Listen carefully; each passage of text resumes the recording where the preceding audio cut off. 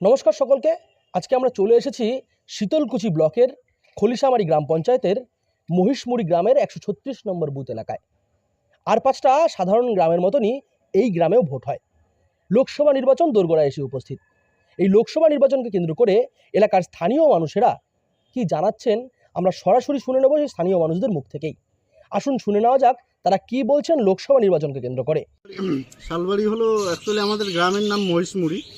মহিষমুড়ি গ্রামের একটা অংশ হলো শালবাড়ি, সেটা মূল ভারত ভূখণ্ড থেকে টোটালি বিচ্ছিন্ন। যদি ভৌগোলিক মানচিত্রটা দেখেন, ঠিক বাংলাদেশের মতো চতুর্দিকে বাংলাদেশ বেষ্টিত, আর দক্ষিণ দিকটা ভারত ভূখণ্ডের সাথে বিচ্ছিন্ন হয়েছে ধরলা নদী দ্বারা।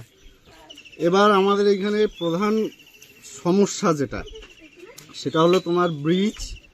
উত্তরবঙ্গের প্রান্তিক জেলা কোচবিহারের পাশেই রয়েছে পড়শি দেশ বাংলাদেশ। এই কারণে জেলার বহু এলাকায় সীমান্তের কাঁটাতারের বেড়া চোখে পড়ে।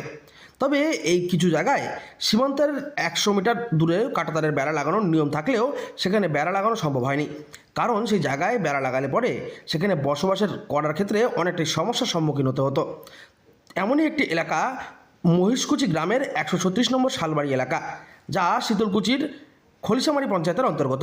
নদী ভাঙ্গন বর্তমানে বিগত 5 বছর ধরে প্রচণ্ড হারে লক্ষ্য করা যাচ্ছে। মোটামুটি 100 বিঘার উপরে জমি নদী গর্ভে চলে গেছে। প্রত্যাশা এখানকার যোগাযোগ ব্যবস্থা সবথেকে প্রথমে থাকবে, সেটা আমাদের ব্রিজ, তারপরে নদী ভাঙ্গন রোধ, শিক্ষার মান উন্নয়ন, যেটা আমাদের এখনও এই জায়গায় শিক্ষার প্রসার তেমনও হয়নি। এখানে যাতে শিক্ষার মান উন্নয়ন হয়। এই গ্রামটির নাম শালবাড়ি গ্রাম।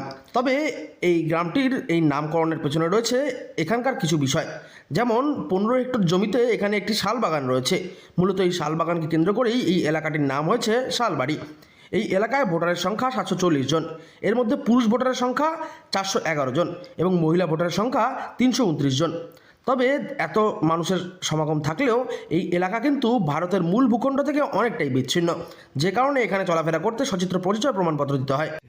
যেমন আমাদের 1 নম্বর সমস্যা ব্রিজ, বর্ষাকালে আমার যাতায়াত খুব সমস্যা হয়, বা মানে পেশেন্ট নিয়ে যা সমস্যা হয়, আমাদের খুব দুর্ভোগে পড়ে আছে এখন। আর আমরা ভারতীয় বাসিন্দা হওয়া সত্ত্বেও আমাদের এই যাতায়াত করতে আমাদের ভোটার কার্ড বা আধার কার্ড ব্যবহার করতে হয়।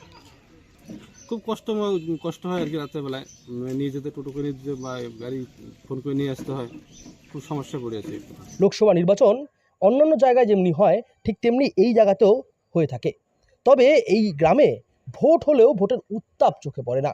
স্থানীয় মানুষেরা কার্যত জানাচ্ছেন যে এই এলাকা ভোটের উত্তাপবিহীন। কোচবিহার থেকে সার্থক পণ্ডিতের রিপোর্ট, লোকাল 18 বাংলা।